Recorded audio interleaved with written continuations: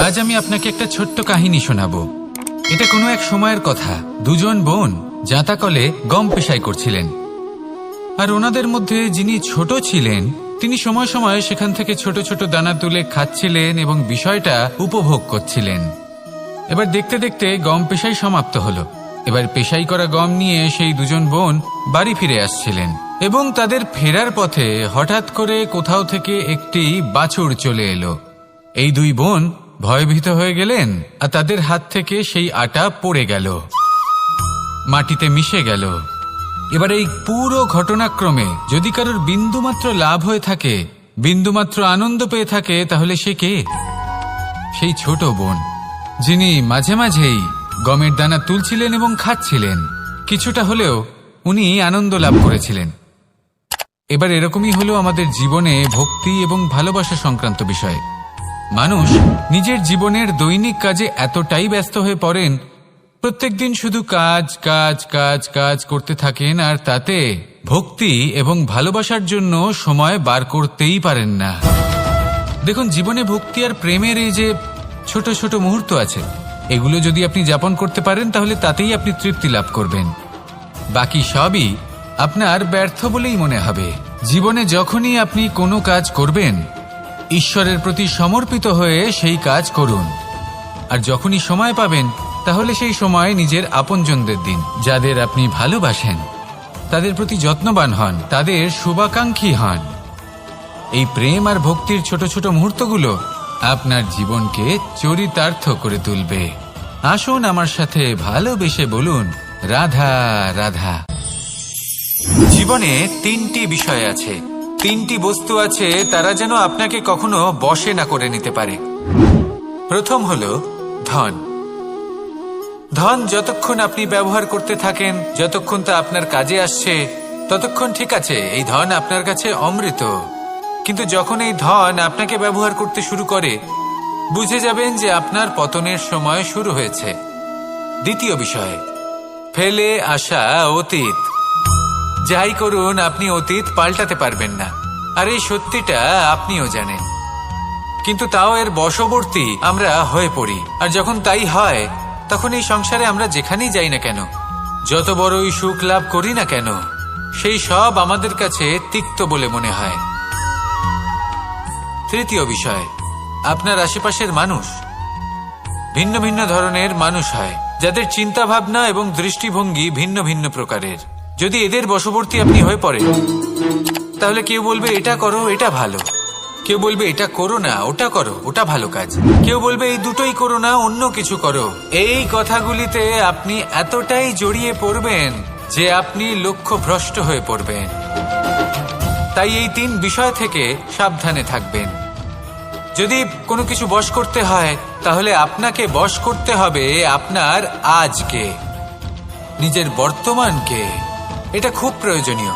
এটা ভাববেন যে এই সময়ের সদ্ব্যবহার আমি কিভাবে করব, সময়কে শাসন কিভাবে করব, ওই কর্ম কিভাবে করব যাতে ভবিষ্যতে কখনো আমার আফসোস না হয়, বরং এই সংসার আমাকে নিয়ে গর্ব করবে, সেই কর্ম করুন।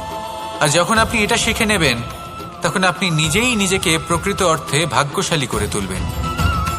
আসুন আমার সাথে ভালোবেসে বলুন, রাধা রাধা। মানুষ যখন এই সংসারে প্রবেশ করে, অর্থাৎ জন্মগ্রহণ করে, তখন নিশ্চিন্তে থাকে, আনন্দে থাকে।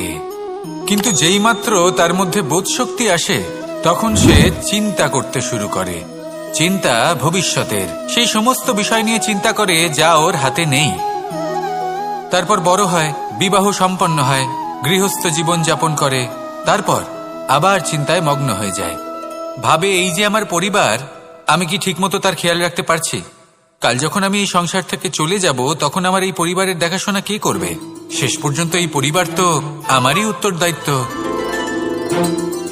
যাক, আপনাকে একটা প্রশ্ন করি। এই সংসারে আসার পূর্বে আপনি কি এই প্রশ্ন করেছিলেন, এটা ভেবেছিলেন যে আমাকে ছাড়া এই সংসার কিভাবে চলবে? করেননি, তাই তো? তাই আপনার এটা নিয়ে দুশ্চিন্তা করার প্রয়োজন নেই যে আপনি যখন এই সংসার ত্যাগ করে চলে যাবেন তখন কি হবে। আপনি যখন ছিলেন না, তখনও এই সংসার চলছিল। আপনি যখন এই সংসার ত্যাগ করবেন, তখনও এই সংসার চলতে থাকবে।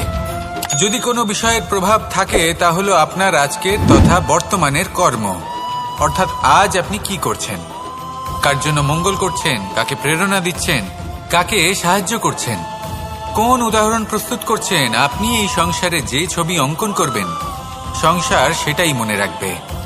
তাহলে শুধু সৎকর্ম করুন, মঙ্গল করতে থাকুন, আর আমার সাথে ভালোবেসে বলুন, রাধা রাধা।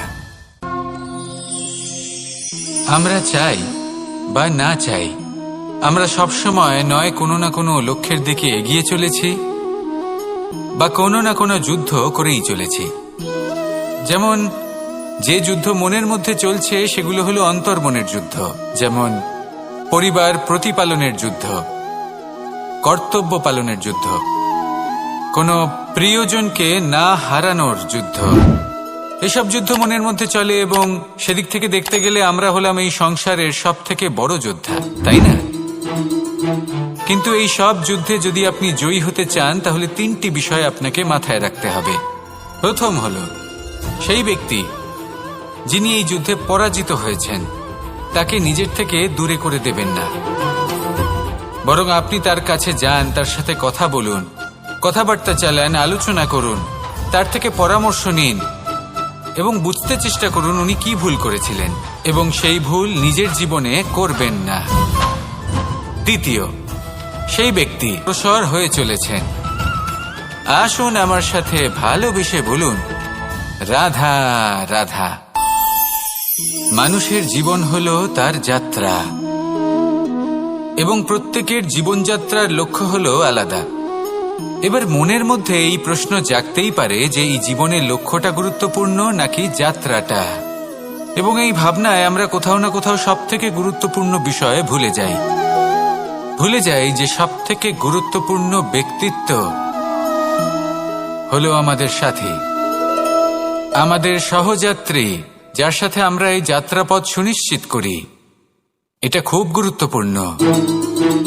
আপনি নিজেই দেখুন, মেঘ থেকে বৃষ্টি ঝরে পড়ে, তার লক্ষ্য হলো ধরিত্রী, তার যাত্রাপথ হলো সেই বায়ুমণ্ডল। কিন্তু ও কোন সাথী নির্বাচন করছে তার উপর কত কিছু নির্ভর করে। যদি সাথী হিসেবে ঝিনুককে খুঁজে পায় আর ওই ঝিনুকের ওপরে গিয়ে পড়ে তাহলে মুক্তয়ে পরিণত হয়। তখন লক্ষ্য কি হয়ে থাকে? ঈশ্বরের আভূষণ। সেখানেই যদি এই জলের ফোঁটা কোনো সাপের সঙ্গ পায়, কোনো সাপের মুখে গিয়ে পড়ে, তাহলে তা পরিণত হয় বিষে। আর তখন লক্ষ্য কি হয়? কারোর প্রাণ হরণ করা। এই উদাহরণ স্থির করে যে আমাদের জীবনে সাথীর নির্বাচন হলো অত্যন্ত আবশ্যক এবং অত্যন্ত গুরুত্বপূর্ণ বিষয়। কারণ সাথীর প্রভাব শুধু যে আপনার পথে পড়বে তা নয়, আপনার লক্ষ্যের ওপরও পড়বে।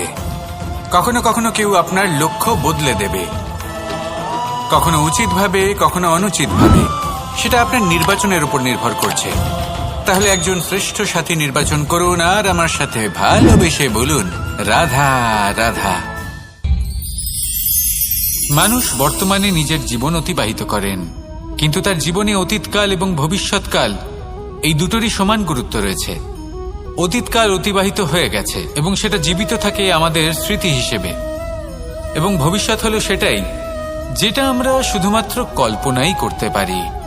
এবার অতীতের কিছু স্মৃতি এমন থাকে যা আমাদের কাছে আনন্দময় হয় না, তা কটু হয়, দুঃখজনক হয়, যন্ত্রণাদায়ক হয়। আমরা যা কিছুই করি তা বদলে ফেলতে পারবো না, কিন্তু ভবিষ্যৎকাল সেটা আমরা রচনা অবশ্যই করতে পারি যদি আজ আমরা শ্রেষ্ঠ কর্ম করি। যদি আজকের এই দিনটা আমরা আনন্দের সাথে অতিবাহিত করি, সুখের সাথে অতিবাহিত করি, এক একটা মুহূর্ত আমরা আনন্দ এবং ভালোবাসার সাথে অতিবাহিত করি, আপনার আজকের এই কর্ম আপনার ভবিষ্যৎ নির্ধারণ করবে।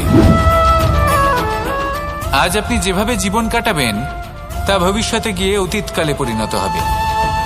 আর তখন আপনি এমন স্মৃতি খুঁজে পাবেন যেখানে আপনি প্রত্যেকটি মুহূর্ত প্রেম এবং আনন্দের সাথে অতিবাহিত করেছেন, এবং সেই স্মৃতি মধুর হবে। তাহলে আজ শ্রেষ্ঠ এবং উচিত কর্ম করুন। আপনি নিশ্চিত রূপে একটি উজ্জ্বল, শুদ্ধ, পবিত্র এবং আনন্দময় ভবিষ্যৎ লাভ করবেন। আসুন আমার সাথে ভালোবেসে বলুন, রাধা রাধা। প্রত্যেক মানুষ নিজের জীবনে হীরক তথা হীরে এবং দর্পণ এই দুই দেখেছেন। এই দুই হলো সাদা এবং এরা দুজনেই আলোর প্রতিফলন ঘটায় এবং এরা দুজনেই উজ্জ্বল হয়ে ওঠে। আপনি হয়তো মনে মনে ভাবছেন যে এটা কি ধরনের তুলনা করছে। একটা হীরে তো রত্ন, তার মূল্য দর্পণের থেকে অনেক গুণ বেশি। কিন্তু হীরে থাকাতে দর্পণের মূল্য কিন্তু কোনো অংশে কমে যায় না, তাই না? মানুষ যখন হীরে নিজের হাতে নেয় তখন সবার আগে কি খোঁজে? দর্পণ, যাতে তার মধ্যে দিয়ে দেখে সে বুঝতে পারে যে সেই হীরে আদৌ তার শোভাবর্ধন করছে কিনা, তাকে ভালো দেখাচ্ছে কিনা, প্রসাধনের জন্য সেটা ব্যবহার করা ঠিক হবে কিনা। অর্থাৎ হীরের উপস্থিতিতে দর্পণের গুরুত্ব কম হলো না, দর্পণের কারণে হীরের মূল্য বোঝা গেল। আমাদের জীবনেও ঠিক এরকমই ঘটে। আপনারা যদি সংসারে নিজের আশেপাশে দেখেন, এমন অনেক মানুষ দেখতে পাবেন যারা নিজেদের ক্ষেত্রে মহান স্থানে পৌঁছেছেন, নিপুণ এবং শ্রেষ্ঠ হয়েছেন। আর তাদের মধ্যে আপনার নিজের মনে হয় যেন আপনি হলেন দর্পণ। নিজেকে ছোট মনে করবেন না। আপনার মূল্য কম হচ্ছে না, আপনার নিজস্ব মূল্য আছে। আর যদি আপনার অস্তিত্ব না থাকে তাহলে ওনাদের অস্তিত্বের মূল্য সংসার বুঝতেই পারবে না। জীবনে সবসময় চেষ্টা করবেন যাতে আপনি আরো বেশি শ্রেষ্ঠ হয়ে উঠতে পারেন। আপনি নিজে যে স্থানে আছেন সেটাকে ছোট মনে করবেন না, তারও নিজস্ব একটা মূল্য আছে। যদি আপনি হীরে হয়ে থাকেন তাহলে অহংকার করবেন না, যদি আপনি দর্পণ হয়ে থাকেন তাহলে নিজেকে ছোট মনে করবেন না। আসুন আর আমার সাথে ভালোবেসে বলুন, রাধা রাধা। পাপ এবং পুণ্য এই দুই হলো সংসারের এমন দুই বিন্দু যাকে কেন্দ্র করে এই সংসারের চক্র ঘুরতে থাকে। আমরা যদি কোনো কর্ম বিচার করি, হয় পুণ্য নয় পাপের দৃষ্টিভঙ্গি দিয়ে, এটা হয় পুণ্য না হলে পাপ। কিন্তু এই পাপ এবং পুণ্য এই দুই নির্ভর করে প্রত্যেক মানুষের ওপর, তার চিন্তাধারা, তার পরিস্থিতির ওপর। ধরুন এমন একজন মানুষ যিনি অনেক দিন ধরে বনে পথ হারিয়েছেন, অনেক দিন হয়তো উনি কোনো খাবার খাননি। এবার এমন পরিস্থিতি চলে এসছে যে এবার যদি উনি খাবার না খান তাহলে হয়তো জীবিতই থাকবেন না। আর এমন অবস্থায় ওনার সামনে যদি কোনো প্রাণী আসে তাহলে তাকে শিকার করা, এটা কিন্তু তার কাছে পাপ নয়, এটা তো জীবিত থাকার একমাত্র উপায়। এটা তার কিন্তু এটা পাপ। এইরকমই এই সংসারে ভিন্ন ভিন্ন পরিভাষা আছে পাপ এবং পুণ্যের। তার মধ্যে যদি আমি আপনাকে একটি সরল পরিভাষা দিই, সেটা হলো জীবনে যখনই কোনো কর্ম করবেন সেটা নিয়ে একটু ভেবে দেখুন যে এই যে কাজটা আমি করছি তার ফলে এই যে অন্য মানুষেরা আছেন এই সংসারে তারা কি দুঃখ পাবেন? যদি তারা দুঃখ পান তাহলে সেটা পাপ। যদি আপনি এমন কোনো কর্ম করেন যার ফলে অন্যরা প্রসন্নতা লাভ করেন, তাদের মুখে হাসি ফুটে ওঠে, যদি তারা প্রেরিত হন, জীবনে সামনে এগোতে পারেন, তাদের বিকাশ হয়, তাহলে এটা হলো পুণ্য। তাই জীবনে সবসময় পুণ্য করতে থাকুন আর আমার সাথে ভালোবেসে বলুন, রাধা রাধা। তালা অনেক পুরনো একটা আবিষ্কার। যবে থেকে এই সংসারে বহুমূল্য বস্তু নির্মিত হয়েছে তবে থেকেই এই তালা নির্মাণ হয়েছে, তবে থেকে এর ব্যবহার করা হয়েছে যাতে উচিত সময় এলে পরে আমরা আমাদের বহুমূল্য জিনিসগুলো সুরক্ষিত রাখতে পারি এবং সময় এলে পরে বের করে সেগুলি ব্যবহার করতে পারি। এবার একটা গুরুত্বপূর্ণ তথ্য আছে যেটা জানা অত্যন্ত গুরুত্বপূর্ণ, এবং সেটা হলো যে একটা তালা নির্মাণের পূর্বে তা খোলার যন্ত্র অর্থাৎ তার চাবিটি নির্মাণ করা হয়, এবং এটাই জীবনের খুব বড় একটা শিক্ষা প্রদান করে যায়। আমাদের জীবনে যখনই কোনো সমস্যা আসে তখন ভয়ভীত হওয়ার কোনো দরকার নেই, কারণ এই প্রকৃতি, এই ঈশ্বর এই সমস্যার সমাধান তথা এর চাবি আগে থেকেই নির্মাণ করে রেখে দিয়েছেন। শুধু দরকার হলো সেই সমস্যার ঊর্ধ্বে উঠে সেই সমাধান খুঁজে বের করা। মানুষ অনেক সময় সমস্যা দেখে ভীত হয়ে পড়েন, চিন্তিত হয়ে পড়েন, নিজের বিবেক হারিয়ে ফেলেন। আপনার শুধু এই মনকে শান্ত করা প্রয়োজন। এই শান্ত মনের সাথে এই সমস্যার নিবারণ খুঁজে নিতে হবে। তাই সমস্যা যতই তীব্র হোক না কেন, ভয় পাওয়ার কোনো প্রয়োজন নেই। পরম শান্ত মনে সমাধান খুঁজে বের করুন। আসুন আমার সাথে ভালোবেসে বলুন, রাধা রাধা। আমার কাছে যশোদা মা যেমন, আমার কাছে দেবকী মা যেমন, আমার কাছে ঠিক তেমনই হলেন গোমাতা। এবার ভেবে দেখার বিষয় হলো এটা যে এই সংসারে অসংখ্য প্রাণী আছে। একজন গাইকে একজন মায়ের মর্যাদা কেন দেওয়া হয়? তাহলে এর অনেকগুলো কারণ আছে। এই গাই অর্থাৎ গোমাতা, এনারা হলেন অত্যন্ত শান্ত, শান্তিপ্রিয়, কখনো কারোর কোনো ক্ষতি করতেই পারেন না। গোমাতা যে দুধ নিজের বাছুরকে পান করান সেই দুধই আমাদেরও দেন। সেই দুধ পান করে আমরা শক্তি লাভ করি। এই দুধ থেকে আমরা মাখন, ঘি, পায়েস এইসব সুস্বাদু খাবার লাভ করি। গোমাতার গোবর আমাদের জ্বালানি হিসেবে সাহায্য করে, যার ফলে খুব কম সংখ্যক কাঠ ব্যবহার করা যায় এবং বেশিরভাগ জঙ্গল সুরক্ষিত থাকে। গোমাতার গোমূত্র সেটাও আমাদের কাছে লাভজনক। এর দ্বারা আমরা অনেক রোগ থেকে মুক্তি লাভ করতে পারি। গোমাতা যখন একটি বাছুরকে জন্ম দেন তখন সেই বড় হয়ে আমাদের ক্ষেত কর্ষণ করে। সেই জন্য গাইকেও জীবনে মায়ের মর্যাদা দেবেন। যতটা সম্ভব তাকে সেবা করুন এবং ভালোবেসে তাকে পালন করুন। এই মন নিজে থেকেই প্রসন্ন হয়ে বলবে, রাধা রাধা। মধু কারই না পছন্দ বলুন তো? অত্যন্ত সুস্বাদু হয় এই মধু, মিষ্টি খেতে হয় এবং তা শক্তিও প্রদান করে। এবং প্রত্যেকটি মিষ্টি পদার্থের মতোই এতেও খুব তাড়াতাড়ি পিঁপড়ে ধরে যায়। অন্যদিকে যদি নুনকে দেখি, তাহলে বছরের পর বছর রাখলেও এতে পিঁপড়ে ধরে না।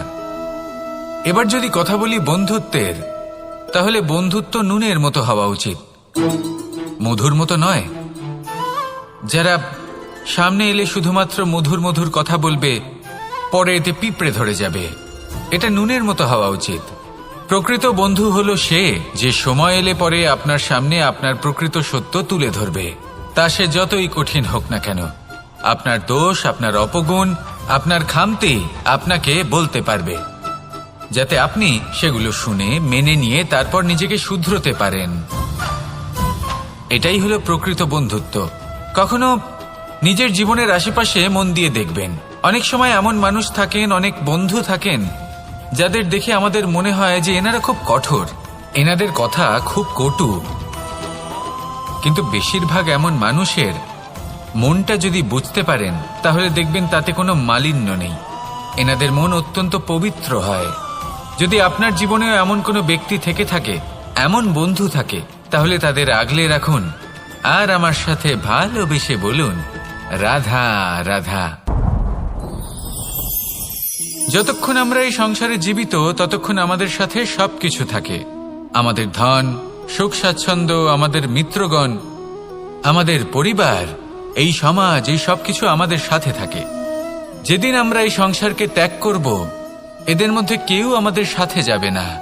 না ধন, না স্বাচ্ছন্দ্য, না সম্পত্তি। এই সকল মানুষ, এই সমাজ, এরা শুধুমাত্রই শ্মশান পর্যন্ত আমাদের সাথে থাকতে পারবেন। তারপরে যদি আমাদের সাথে কিছু যেতে পারে, তাহলে তা শুধুই আমাদের ধর্ম। আর এই সংসারে আমরা নিজেদের যে সুনাম রেখে যাই, সেটা সম্ভব শুধুমাত্র কর্মের দ্বারা। সেই জন্য সংসারে যতদিন পর্যন্ত জীবিত আছেন, যদি কিছু অর্জন করতে চান, তাহলে ধর্ম অর্জন করুন, ধর্মের বিষয়ে স্পষ্টতা অর্জন করুন এবং কর্ম অর্জন করুন। এটাই হবে আপনার অতীত এবং এটাই হবে আপনার ভবিষ্যৎ।